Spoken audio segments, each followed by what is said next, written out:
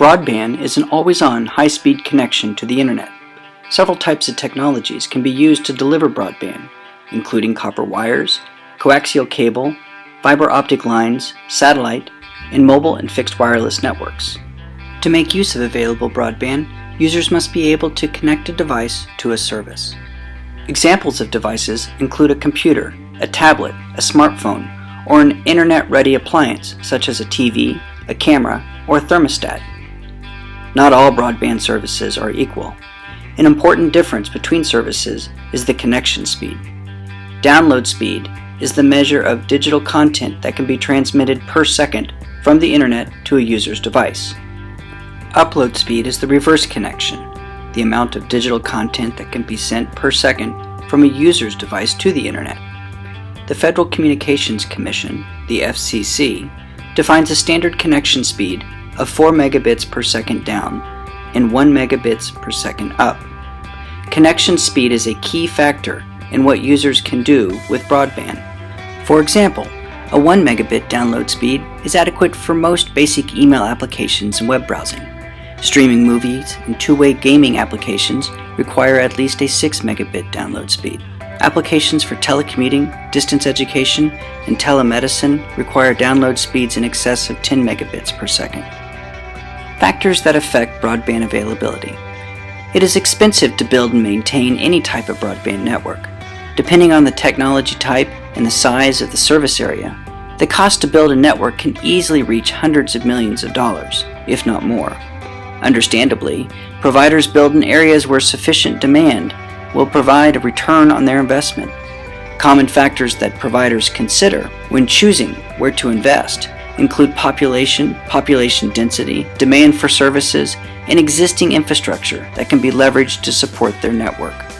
Some locations, usually rural, qualify for federal and/or state subsidies, which can help lower the cost to connect harder to serve locations. Broadband makes a difference. To be effective and competitive in the 21st century global economy, businesses, organizations, and residents are discovering the need for a robust broadband connection. Whether you're a student participating in an online course, a doctor sending a digital X-ray image, or a local business trying to reach a broader market, broadband makes a real difference. Users without adequate access are not able to participate in the same online activities that users with adequate access can. Without adequate broadband, existing businesses are at a competitive disadvantage. Communities are less likely to attract new businesses. Residents are unable to participate in telecommuting and remote education opportunities. And local institutions, such as hospitals and local government, are not able to take full advantage of cost-saving activities such as electronic data sharing and teleconferencing. Barriers to accessing broadband.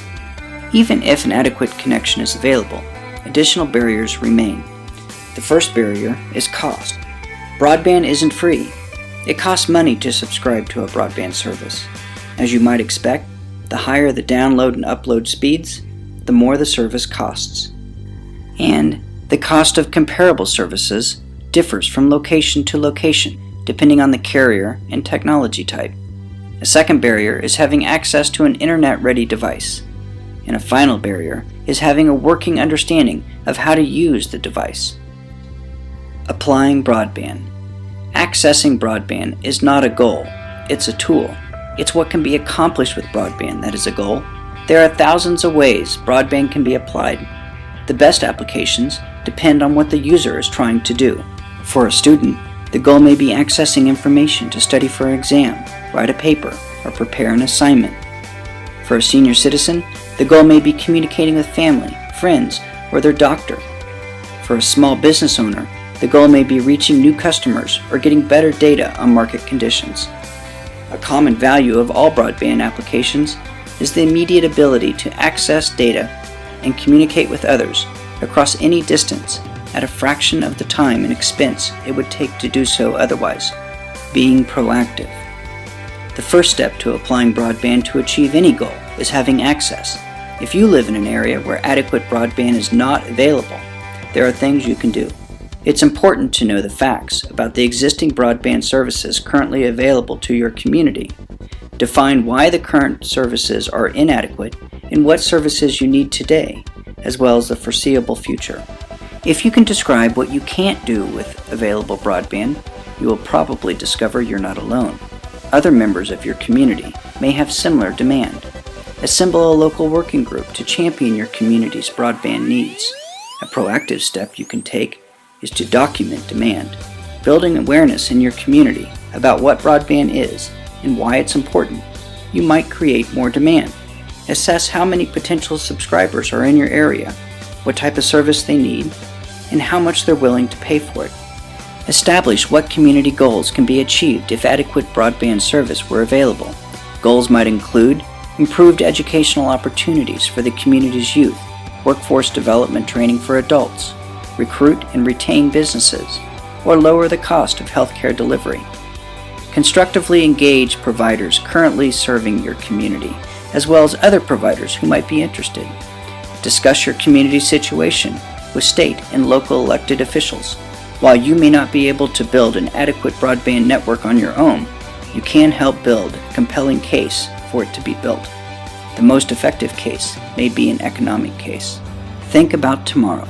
Since it became commercially available, a broadband connection to the internet has dramatically affected nearly every aspect of our society. The speed at which this fairly new technology has become critically important deserves our attention. Ample evidence suggests that being able to access and effectively use broadband will become even more important as it is woven into society structures like education, healthcare, civic engagement, government, public safety, economic development, to name a few. Increasingly, it appears that success, competitiveness, and sustainability of communities will rely on how well broadband is accessed and applied today, as well as in the future.